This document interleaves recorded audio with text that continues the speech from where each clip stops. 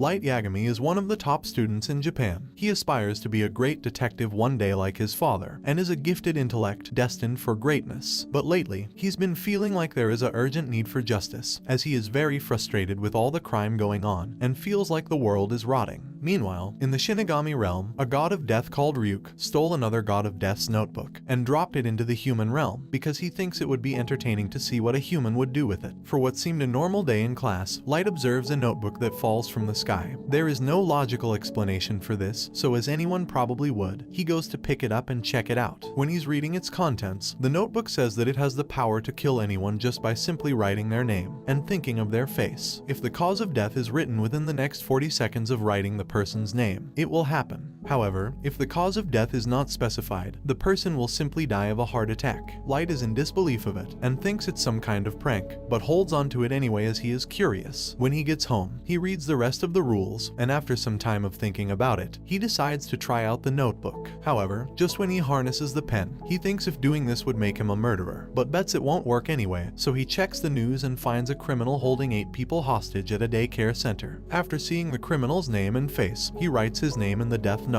He waits 40 seconds and nothing was reported yet, so he thinks it didn't work. However, just when he was about to turn off the television, something happens, and the hostages start coming out of the daycare. The reporter confirms that the suspect has been found dead inside, which leaves Light utterly shocked. He says it must be a coincidence, and the following day, decides he will have to test it out again to see results in real time. He looks around his class and sees a degenerate he doesn't like, but decides it would be smarter to avoid killing people he knows. After school, Light was on the way home when he sees a woman getting mugged by a group of guys. He writes the ringleader's name down and the cause of death, and surely enough, it happens. After seeing the death note's power in real time, that settles it for Light, and he realizes the notebook of death is for real. Some time passes, and Light is in his room looking proudly at all the names he has written down, when suddenly, our favorite Shinigami Ryuk appears. The sight of him petrifies Light at first, however he introduces himself, and says that used to be my notebook, and judging by your laughter, you must have figured out that it's no ordinary notebook. Light calms down, and says well I'm not surprised, in fact, I have been waiting for you. Ryuk finds Light to be interesting, and explains that several death notes have made their way into the human realm, but he's the only one to have written this many names. Light feels like someone has to be brave enough to wipe out the dregs of society, so that the world can move in the right direction. A new world where people can live in peace, and the ones who do wrong will live in fear. He feels like he is justice, and is willing to go as far as sacrificing his soul to become the god of the new world. Several weeks later, all the nations of the world come together as they've realized that the deaths of all the criminals are not natural. They are at each other's throats because they can't figure out how this is happening. So it is announced that they will have to bring the world's best investigator on the case, called L. Everyone goes quiet, and a man dressed incognito brings in a laptop, to which L addresses the meeting from. He introduces himself for the first time, and says to make no mistake,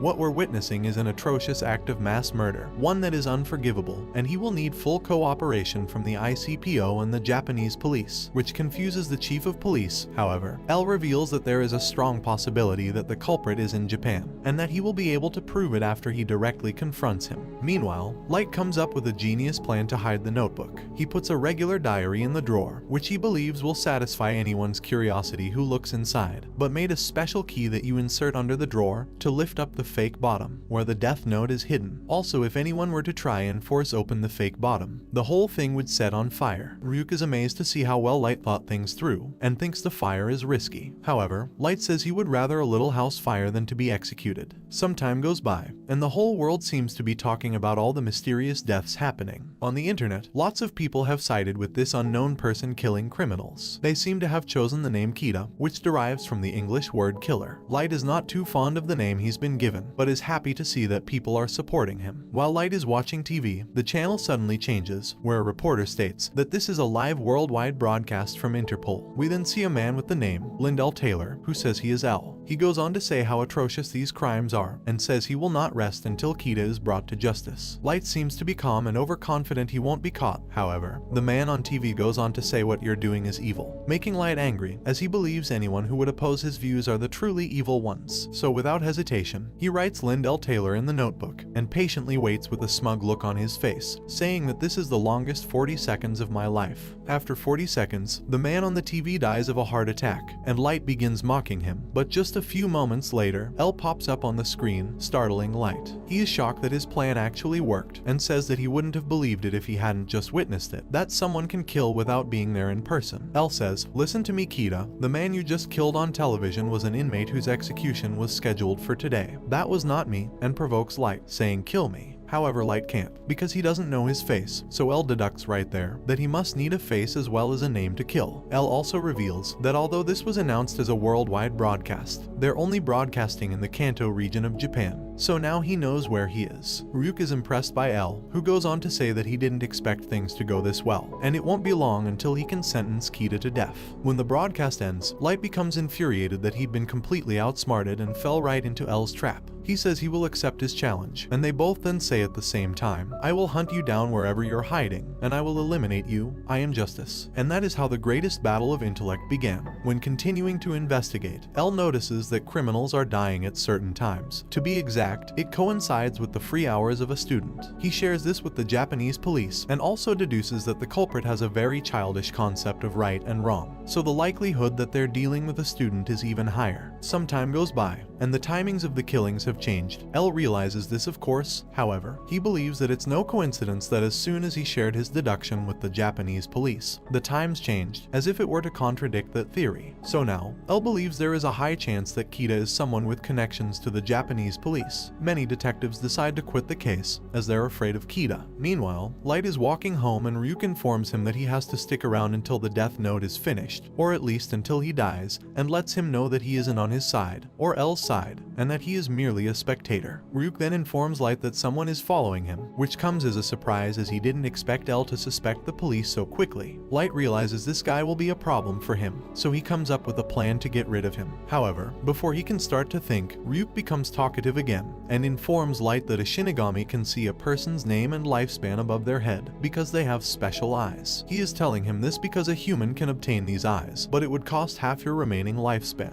Light thinks about it, but turns down Ryuk's ideal, saying it's out of the question. Some time passes, and Light carries out his plan to get the name of the man following him. He gets on a bus with a girl, and the man sits just behind him. At the next stop, a man with a gun gets on to do a bus jacking. Light passes a note to the girl saying he will reach for his gun. However, that was just a hoax to get the man behind him to engage him. The man reveals that he is an FBI agent, so if it comes to it, he will stop the bus jacker. Light tells him to prove he isn't an accomplice and show some ID. The man is sure he isn't Kita, as Kita would have just killed the bus jacker. So he shows Light his identification, where we see his name is Ray Pember. Light tricks the bus jacker into touching a piece of the death note, so he freaks out when he sees Ryuk and rushes off the bus, where he is hit by a car and dies. After the incident, Ray goes home, where we see his fiancée, called Naomi, who used to be a great detective that had worked under L before. She tells Ray that the whole bus jacking was suspicious and a little coincidental, but Ray tells her to leave it alone, as she agreed to leave that life behind when they got engaged. Meanwhile, Light decides to wait 1 week before making a move on Ray, as it would draw too much attention to him to make a move now. When the time comes, Light goes to the train station to wait for Ray. When he spots him, he approaches him from behind, saying, "Turn around and you are dead." He proves he is Kita by killing a man close by, who turned out to be a criminal to women that got away multiple times because of lack of evidence. Kita informs him that if he doesn't comply, he will kill his wife and family. Ray is stunned that he knows about Naomi, and Kita continues to say, "I see you've got your laptop. I want the files containing the identities of all the FBI agents who came to Japan." Light instructs Ray to write down all the names of the agents on a piece of paper he gave to him, and then ride the train for 30 minutes to avoid any suspicion, leaving the file on the train when he gets off. However, when he exits the train, he has a heart attack and turns around to see Kita standing there and says Light with his last breath. We come to discover that the piece of paper Light gave him was a ripped page from the death note. So when Ray Pember was writing down the agents' names, he was literally signing their death warrant. At dinner, Light's father, Chief Detective Soichiro Yagami, reveals that he is head of the Kita investigation and shares that 12 FBI agents died yesterday. Light of course knows because he did it, but acts innocent to the matter, and Light's sister begs her dad to quit as it's too dangerous. However, Soichiro says he will not let evil triumph, and while Light is soaking in the conversation, he stands up and says he's proud to have him as his father, and if anything should happen, he will find Kita himself and execute him. Meanwhile, L has whittled down the task force to a trusted group who have a strong sense of justice, so he sets up a meet to show his face for the first time ever in order to prove he is willing to do whatever it takes to catch Kita. When the task force arrive at the hotel, they find the room L told them he's staying at, and when they open the door, they are surprised to see L is just a kid. The detectives introduce themselves: Matsuda, Aizawa, Mogi, and Ukeda. They are suspicious that this might not be the real L, but after talking for some time, they are sure he is the real deal. L knows that Kita can control his victims before they die, as he'd been sending messages using the inmates in prison, so he concludes that Kita must have been someone the FBI was investigating between a certain period of time. In fact, he has no doubt. He admits that losing 12 FBI agents lost him the battle, but he will not lose the war, and that justice will prevail, which empowers the task force. L tells them from now on to call him Ryusaki, and gives each of them an individual interview before they leave.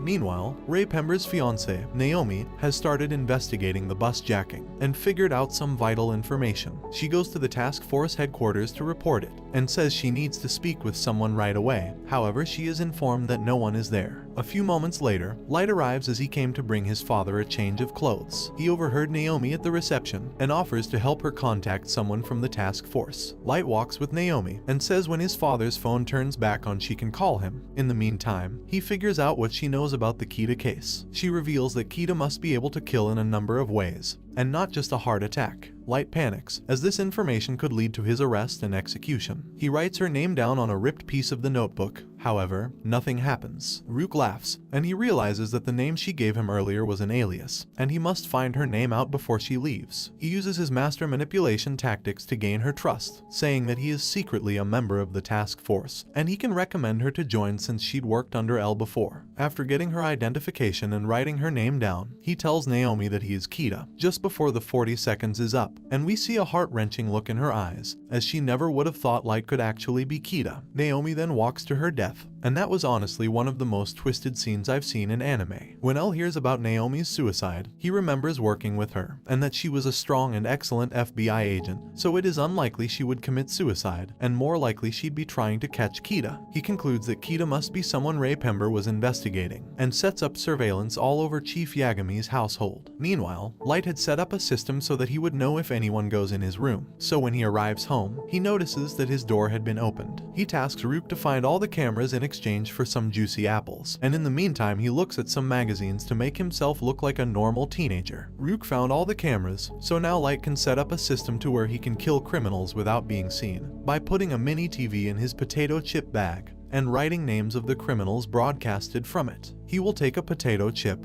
and eat it. After some time, L suspects that Light looks too innocent, which understandably aggravates the chief, as his own son is being suspected of being a ruthless mass murderer. The next day, Light's school is taking an important exam. Everything seemed like a normal day, until the teacher yells at a student to sit properly. Light turns his head and sees L for the first time. They look at each other intensely, and after the exam, the board announced the top exam students, which turn out to be none other than Light and Ryusaki. The kids watching notice the contrast in the two. That Light looks like a sheltered genius groomed for success, and L looks like what they would call a mad genius. After the award, L tells Light that he basically knows everything about him, and that he has some important information regarding the Kita case. Light doesn't know why this guy is even talking to him. However, Ryusaki drops the bombshell and says I am L, to see how he will react. Light is freaking out in his mind, but tries to keep it together and says he has nothing but respect and admiration for him. L is just under 5% sure Light is Kita, and has a strong feeling he is not wrong to suspect him. When Light gets home, he rages and says damn it, he got me. I've never been so humiliated. Rook is surprised to see Light so angry, because he is usually so calm. Light knows if he manages to kill L now, it will make it obvious that he's Kita. He realizes that he underestimated L, and declares that the fight is on, making an evil laugh. He realizes that they have no hard proof on him, so it will be a contest between him and L.